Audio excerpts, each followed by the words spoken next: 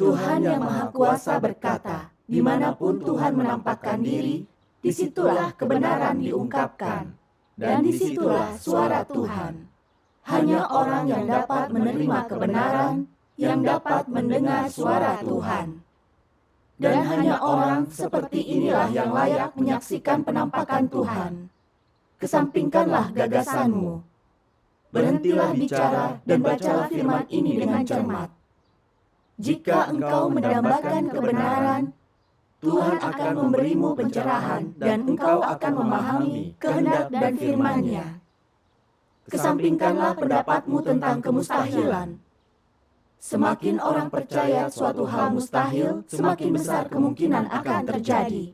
Karena hikmat Tuhan membubung lebih tinggi dari langit, pikirannya di luar jangkauan pikiran manusia, dan pekerjaan Tuhan melampaui batas pemikiran dan gagasan manusia. Semakin mustahil, semakin ia mengandung kebenaran yang dapat dicari. Semakin tak terbayangkan bagi manusia, semakin banyak hal itu mengandung kehendak Tuhan. Amin. Syukur kepada Tuhan. Kunci menyambut Tuhan adalah mendengarkan suara Tuhan secara saksama, lalu mengenali dan menyambut Tuhan berdasarkan itu. Iya. Mereka yang bisa mengenali suara Tuhan dalam firman Tuhan yang Maha Kuasa diangkat ke hadapan tahta Tuhan dan menghadiri pesta Tuhan bersamanya. Mereka adalah gadis bijaksana, orang yang paling diberkati. Syukur kepada Tuhan. Dalam imanku sebelumnya, aku berpegang pada kata-kata literal Alkitab dan merindukan Tuhan datang dengan awan dan membawaku ke kerajaan seperti bayanganku. Ketika mendengar Tuhan telah kembali, aku tidak menyelidikinya atau mendengar suara Tuhan. Aku hampir menjadi gadis bodoh, kehilangan kesempatan menyambut kedatangan Tuhan. Ya, itu benar. Berkat bimbingan Tuhan, aku mendengar suara Tuhan dan menghadiri pesta pernikahan anak domba. Syukur kepada Tuhan. Suatu hari di bulan April 2018, seorang saudari dalam Tuhan mengirimi Mirel, teman baikku, film berjudul Di Mana Rumahku. Katanya film itu bagus dan sangat nyata. Iya, itu benar. Mirel ke rumahku, jadi kami menonton bersama. Ketika tokoh utamanya menderita dan putus asa, kulihat dia membuka buku tebal dan menemukan harapan untuk hidup kembali.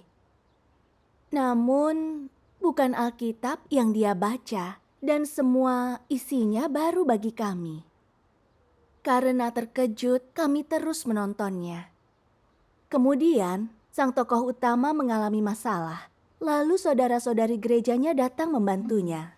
Mereka membaca buku ini bersama, saling menyemangati dan membantu. Aku menangis terharu saat melihat plotnya terungkap.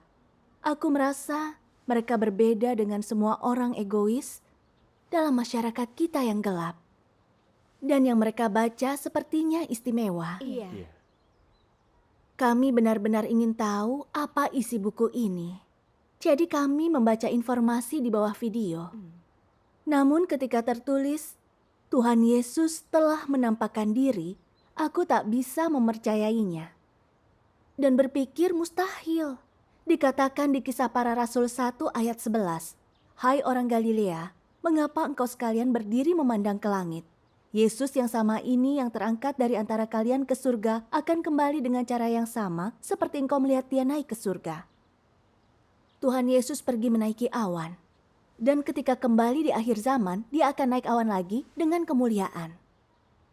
Ini belum terjadi, tetapi di sini dikatakan Tuhan Yesus sudah menampakkan diri. Ini bertentangan dengan Alkitab. Kukatakan pada Mirel apa yang kupikirkan, dan dia sependapat denganku. Kami tidak menyelidiki lebih jauh tentang gereja Tuhan yang Maha Kuasa, hanya menonton film itu beberapa kali. Untuk beberapa lama, aku terus memikirkan tentang kabar kedatangan Tuhan kembali. Dan beberapa bulan kemudian, Mirel dan aku bertemu kembali. Kami bicara tentang bagaimana kata-kata dalam film memberi rasa percaya diri dan harapan. Sesuatu yang tidak bisa dikatakan sembarang orang. Iya. Iya. Di dunia religius, hanya gereja Tuhan yang Maha Kuasa yang bersaksi tentang kembalinya Tuhan. Jadi mungkin tidak sesederhana itu. Benar. Namun kemudian kami ingat Alkitab jelas menerangkan Tuhan akan kembali menaiki awan. Pendeta dan penatua pun mengatakan ini. Lalu kenapa gereja ini mengatakan Tuhan telah kembali? Apa maksud semua ini? Haruskah kami menyelidikinya? Aku sangat bingung. Jadi Mirel dan aku berdoa bersama, memohon bimbingan Tuhan untuk membuat keputusan yang tepat. Syukur kepada Tuhan. Kemudian aku berpikir, Tuhan penguasa segalanya dan berkuasa melakukan segala kehendak-Nya. Bagaimana bisa kita membatasi pekerjaannya dengan pikiran dan bayangan kita? Tidak bisa. Jika Tuhan yang Maha Kuasa sungguh Tuhan Yesus yang kembali, dan aku tidak menyelidikinya, hilang kesempatan menyambut Tuhan. Aku akan menyesal seumur hidup. Benar. Kami putuskan untuk menyelidiki pekerjaan Tuhan yang Maha Kuasa di akhir zaman. Kami menghubungi saudari Ana lewat situs Gereja Tuhan yang Maha Kuasa. Dia memperkenalkan kami kepada saudara Pierre, dan kami mendiskusikan kedatangan Tuhan kembali. Syukur kepada Tuhan. Dalam pertemuan itu, aku menceritakan kebingunganku. Kisah Para Rasul 1 ayat 11 berkata, Tuhan akan kembali dengan cara seperti Dia pergi. Karena Dia pergi menaiki awan putih, tentu Dia akan menaiki awan putih saat kembali di akhir zaman. Ini yang selalu dikatakan pendeta dan penatua kami di gereja, dan itu juga yang kami yakini. Kami belum melihat Tuhan datang menaiki awan putih. Jadi bagaimana bisa kau katakan Dia sudah datang kembali? Saudara Pierre berkata, nubuat tentang Tuhan datang menaiki awan akan digenapi. Tetapi kita tidak bisa membatasi cara Tuhan datang kembali hanya dengan melihat satu nubuat itu. Iya. Bukan hanya nubuat tentang Tuhan datang menaiki awan yang ada dalam Alkitab. Ada pula tentang kedatangannya diam-diam. Benar. Contohnya Wahyu 3 ayat 3. Jika engkau tidak berjaga-jaga, aku akan datang kepadamu bagai pencuri. Dan engkau tidak akan tahu kapan aku akan datang. Ada juga Wahyu 16 ayat 15. Lihatlah, aku datang bagai pencuri. Ada juga Matius 25 ayat 6. Pada tengah malam terdengar teriakan, mempelai laki-laki datang, sambutlah dia. Benar. Lalu Markus 13 ayat 32 mengatakan, Tetapi tentang hari dan saat itu tidak ada yang tahu. Begitupun malaikat di surga, anak juga tidak tahu, hanya Bapa yang tahu. Amin. Nubuat ini menyebutkan seperti pencuri. Seperti pencuri berarti diam-diam, rahasia, tanpa ada yang menyadarinya. Dan tak ada yang mengenalinya ketika mereka melihatnya. Nubuat ini artinya Tuhan akan datang diam-diam. Iya, benar. Ada banyak nubuat dalam Alkitab yang menyebutkan kembalinya anak manusia. Seperti Lukas 12 ayat 40.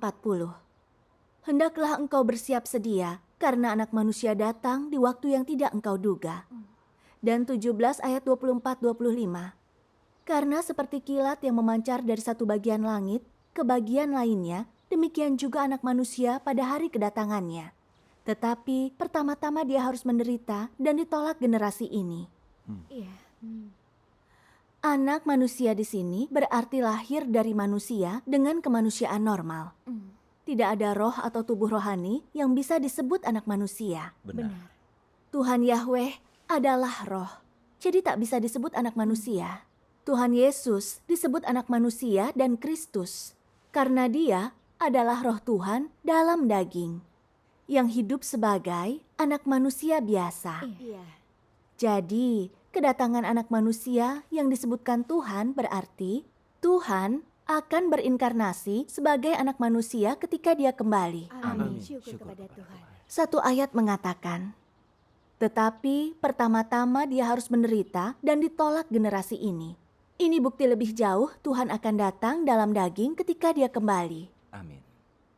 Jika Tuhan tidak datang dalam daging, tetapi dalam bentuk roh Tuhan Yesus setelah Dia bangkit, semua orang pasti akan sangat takut. Iya. Tak ada yang berani menolak dan mengutuknya. Iya. Dia tak perlu menderita atau ditolak generasi ini. Iya. Iya. Jadi Tuhan berinkarnasi sebagai anak manusia dan datang diam-diam adalah cara lain Tuhan datang pada akhir zaman. Amin. Amin. Pada titik ini aku berpikir, ini tidak terpikirkan, tidak seperti bayanganku. Namun saudara Pierre memberi bukti persekutuannya dan semua yang dia katakan sesuai dengan Alkitab dan nubuat Tuhan. Dia sangat meyakinkan. Iya. Iya, benar. Amin. Aku sering membaca ayat ini, tetapi tidak menyadari ini tentang Tuhan yang berinkarnasi diam-diam di akhir zaman. Pandangan lamaku hancur. Mirel juga mengangguk setuju dan berkata, "Ya, yang kau katakan itu sejalan dengan firman Tuhan." Namun, aku bingung tentang satu hal. Jadi kutanyakan, jika Tuhan berinkarnasi sebagai anak manusia dan datang diam-diam, bagaimana nubuat dia datang menaiki awan bisa digenapi? Bukankah itu bertolak belakang? Saudara Pierre menjawab, kedua nubuat ini tidak bertolak belakang, karena firman Tuhan tak pernah salah. Benar. Nubuatnya akan selalu digenapi. Hanya saja nubuatnya digenapi berdasarkan tahapan pekerjaan Tuhan. Iya. Iya. Ada tahapan dalam kemunculan Tuhan yang datang kembali. Pertama, dia berinkarnasi sebagai anak manusia dan datang ke dunia diam-diam. Lalu dia datang menaiki awan, muncul secara terbuka. Amin. Benar. Karena bingung, aku bertanya. Pertama, dia datang diam-diam, lalu muncul terbuka. Bisa kau jelaskan ini lebih lanjut, saudaraku? Saudara Pierre berkata, Alkitab menubuatkan Tuhan akan mendapatkan sekelompok pemenang pada akhir zaman. Membuat kelompok ini adalah pekerjaan yang Tuhan lakukan ketika datang diam-diam. Tuhan berinkarnasi lalu datang diam-diam pada akhir zaman untuk mengungkap kebenaran dan melakukan penghakiman dimulai di rumah Tuhan Iya. dan membentuk kelompok pemenang sebelum bencana. Tuhan akan melepaskan bencana, memberi upah orang baik, menghukum yang jahat. Iya. Setelah bencana, Tuhan akan naik awan dan muncul di hadapan seluruh bangsa. Amin. Amin. Sementara Tuhan bekerja secara rahasia dalam rupa daging, seluruh orang percaya yang merindukan kedatangannya, mendengar suaranya, dan berpaling kepada Tuhan yang Maha Kuasa. Merekalah gadis bijaksana yang dihakimi dan ditahirkan firman Tuhan dan dijadikan pemenang. Dan mereka akan selamat dari bencana. Iya. Iya. Amin. Syukur kepada Tuhan. Mereka yang tak menerima pekerjaan Tuhan yang Maha Kuasa di akhir zaman dan mengutuknya, ketika Tuhan menaiki awan dan muncul terbuka, mereka akan melihat Dia yang mereka tentang dan kutuk adalah Tuhan Yesus yang kembali. Lalu mereka akan menangis dan menggertakkan gigi. Amin. Amin. Iya. Amin. Ini akan menggenapi nubuat Tuhan menaiki awan. Dan saat itulah akan muncul tanda anak manusia di langit. Lalu semua suku bangsa di bumi akan meratap. Dan mereka akan melihat anak manusia datang di awan di langit dengan kuasa dan kemuliaan besar. Lihatlah, dia datang dengan awan, dan setiap mata akan melihatnya, juga mereka yang menikam dia. Dan semua orang di bumi akan meratap karena dia. Amin. Kemudian saudara Pierre membaca firman Tuhan yang Maha Kuasa. Banyak orang mungkin tidak peduli dengan apa yang kukatakan. Tetapi aku tetap ingin memberitahu semua yang disebut orang kudus yang mengikuti Yesus. Ketika engkau melihat Yesus turun dari surga di atas awan putih dengan matamu sendiri, itu akan menjadi penampakan terbuka dari sang matahari kebenaran. Barangkali itu akan menjadi saat yang sangat menyenangkan bagimu, tetapi ketahuilah, saat engkau menyaksikan Yesus turun dari surga, saat itu jugalah engkau turun ke neraka untuk dihukum. Itu akan menjadi saat berakhirnya rencana pengelolaan Tuhan, ketika Tuhan memberi upah orang baik dan menghukum yang jahat. Karena penghakiman Tuhan sudah akan berakhir sebelum manusia melihat tanda-tanda saat hanya ada pengungkapan kebenaran. Mereka yang menerima kebenaran tanpa mencari tanda-tanda dan disucikan akan kembali ke hadapan tahta Tuhan dan masuk ke pelukan Sang Pencipta. Hanya mereka yang bersikeras percaya Yesus yang tidak datang menaiki awan putih adalah Kristus palsu akan menerima hukuman abadi. Karena mereka hanya percaya kepada Yesus yang menunjukkan tanda-tanda, tetapi tidak mengakui Yesus yang menyatakan penghakiman berat dan menunjukkan jalan kehidupan sejati. Hanya dengan cara itu Yesus membereskan mereka saat Dia datang kembali secara terbuka dengan awan putih. Mereka terlalu keras kepala, percaya diri, congkak. Bagaimana mungkin orang tak berakhlak itu bisa diberi upah oleh Yesus? Kembalinya Yesus adalah keselamatan besar bagi orang yang mampu menerima kebenaran. Tetapi bagi yang tidak dapat menerima kebenaran, itu tanda penghukuman. Engkau harus memilih jalanmu sendiri. Dan jangan menghujat Roh Kudus dan menolak kebenaran. Jangan menjadi bebal dan congkak, tetapi jadilah orang yang menaati tuntunan Roh Kudus serta merindukan dan mencari kebenaran. Hanya dengan cara ini, engkau mendapat manfaat. Amin. Syukur kepada Tuhan. Baru kemudian aku mengerti. Ketika Tuhan kembali, pertama Dia datang diam-diam dan membuat kelompok pemenang. Lalu menurunkan bencana besar sebagai upah dan hukuman. Lalu Dia naik awan dengan kemuliaan besar dan menampakkan diri kepada seluruh bangsa. Amin. Kedua nubuat ini sama sekali tidak bertolak belakang.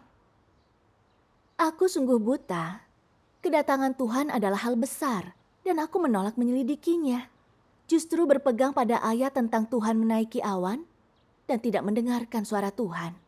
Aku hampir menjadi gadis bodoh dan melewatkan kesempatan menyambut kedatangan Tuhan. Hampir saja. Iya. Iya, kita harus menjadi gadis bijaksana dalam hal menyambut Tuhan. Kita tidak boleh buta. Benar. Lalu aku bertanya, kau bersaksi Tuhan telah kembali dalam bentuk inkarnasi. Tetapi apakah inkarnasi ini? Kemudian dia membaca firman Tuhan yang Maha Kuasa. Inkarnasi adalah penampakan Tuhan dalam daging. Tuhan bekerja di antara manusia ciptaannya dalam rupa manusia. Jadi, agar Tuhan berinkarnasi, pertama-tama Dia harus menjadi daging. Daging dengan kemanusiaan yang normal. Ini adalah prasyarat paling mendasar. Faktanya, implikasi dari inkarnasi Tuhan adalah Tuhan hidup dan bekerja dalam daging. Tuhan di dalam esensinya menjadi daging, menjadi manusia. Amin.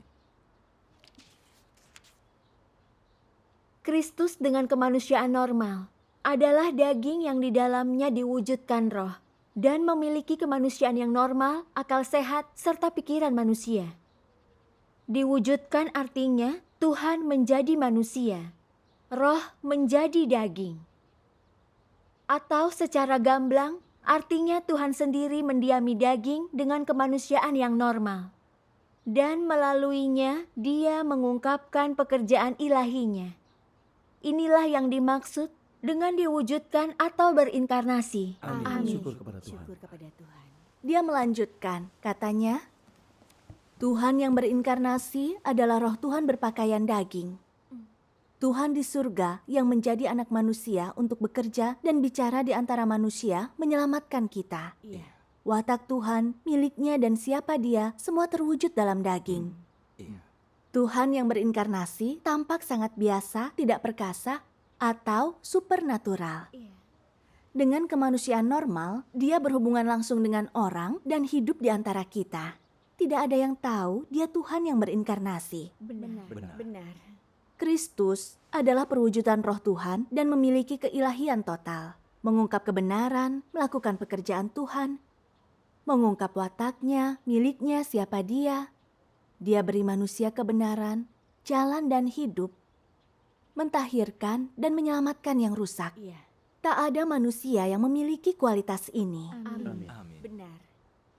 Tuhan Yesus yang berinkarnasi tampak seperti orang biasa. Tetapi dalam esensinya, Dia adalah roh Tuhan yang terwujud dalam daging.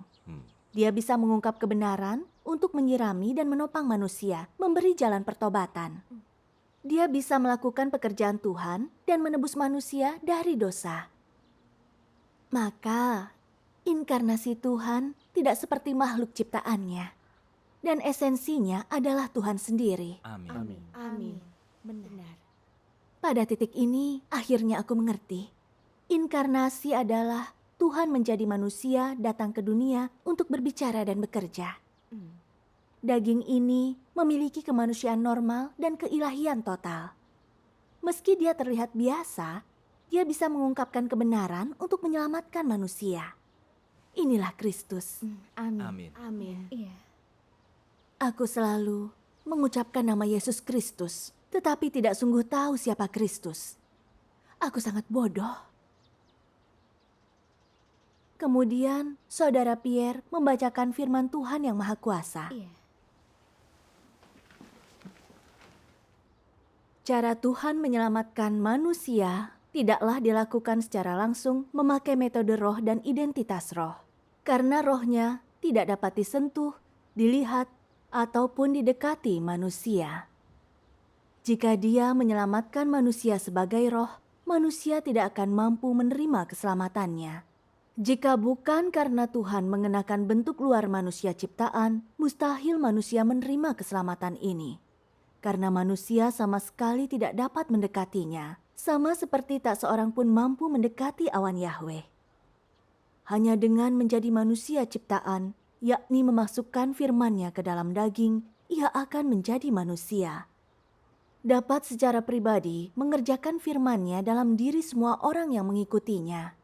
Barulah manusia dapat mendengar dan melihat sendiri firman-Nya dan terlebih menerima firman-Nya.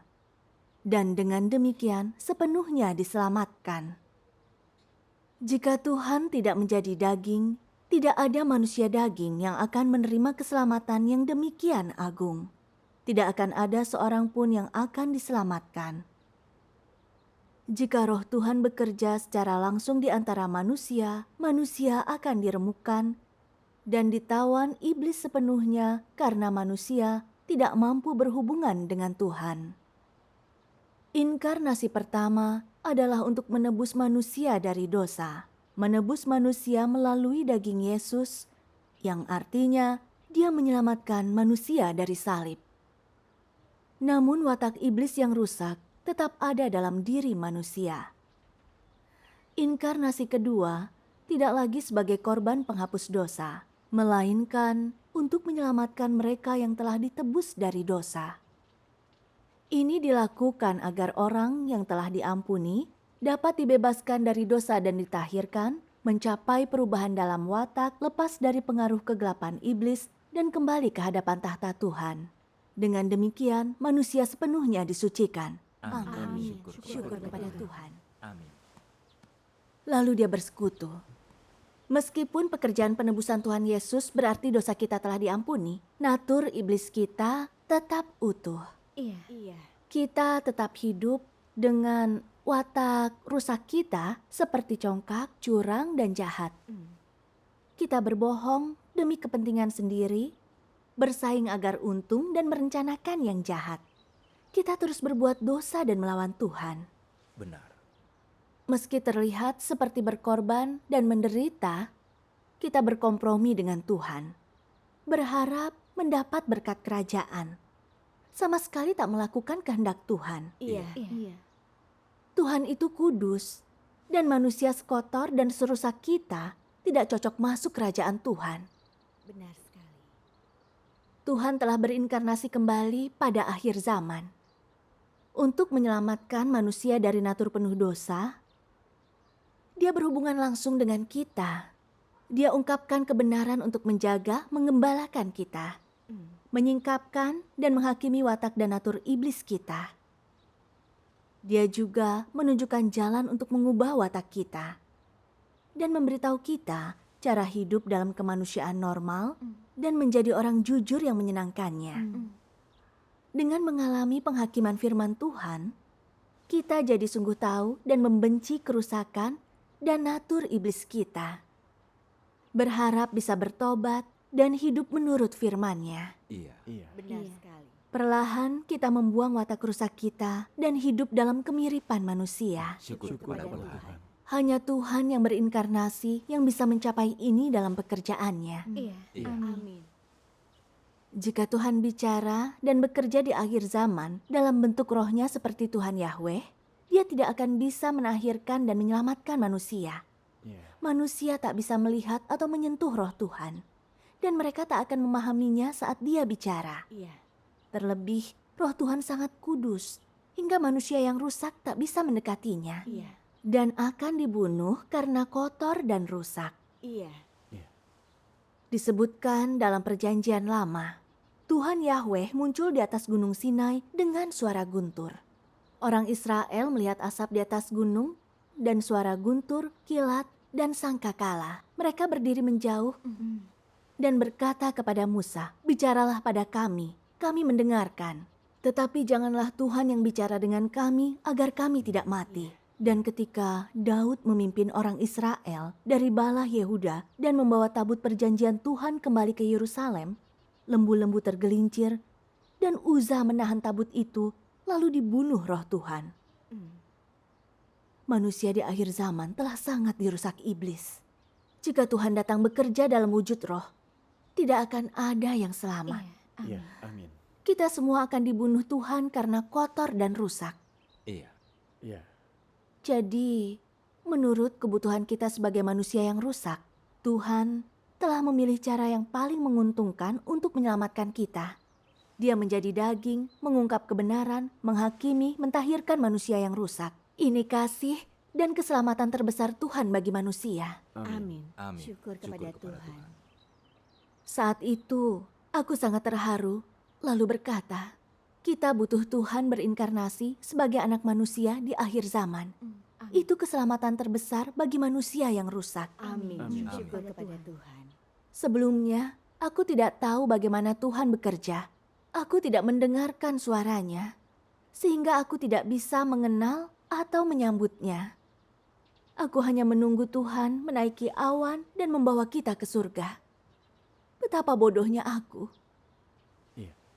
Kemudian kami membaca banyak firman Tuhan yang maha kuasa dan memahami. Apa itu gadis bijaksana, gadis bodoh, bagaimana Tuhan menampakkan diri dan misteri nama Tuhan, inkarnasinya, dan pekerjaan penghakimannya di akhir zaman. Kami jadi paham ada 3 tahap pekerjaan menyelamatkan manusia. Zaman hukum Taurat, zaman kasih karunia, dan zaman kerajaan. Iya. Hanya ketiga tahap pekerjaan ini yang bisa menyelamatkan manusia dari kuasa iblis. Amin. Kita melihat Tuhan Yahweh, Tuhan Yesus, dan Tuhan yang Maha Kuasa adalah satu Tuhan. Iya. Kita mengenali Tuhan yang Maha Kuasa sebagai Tuhan Yesus yang kembali dan menerimanya. Akhirnya kita menyambut Tuhan. Syukur kepada Tuhan yang Maha Kuasa. Syukur kepada Tuhan. Indah sekali. Syukur kepada Tuhan.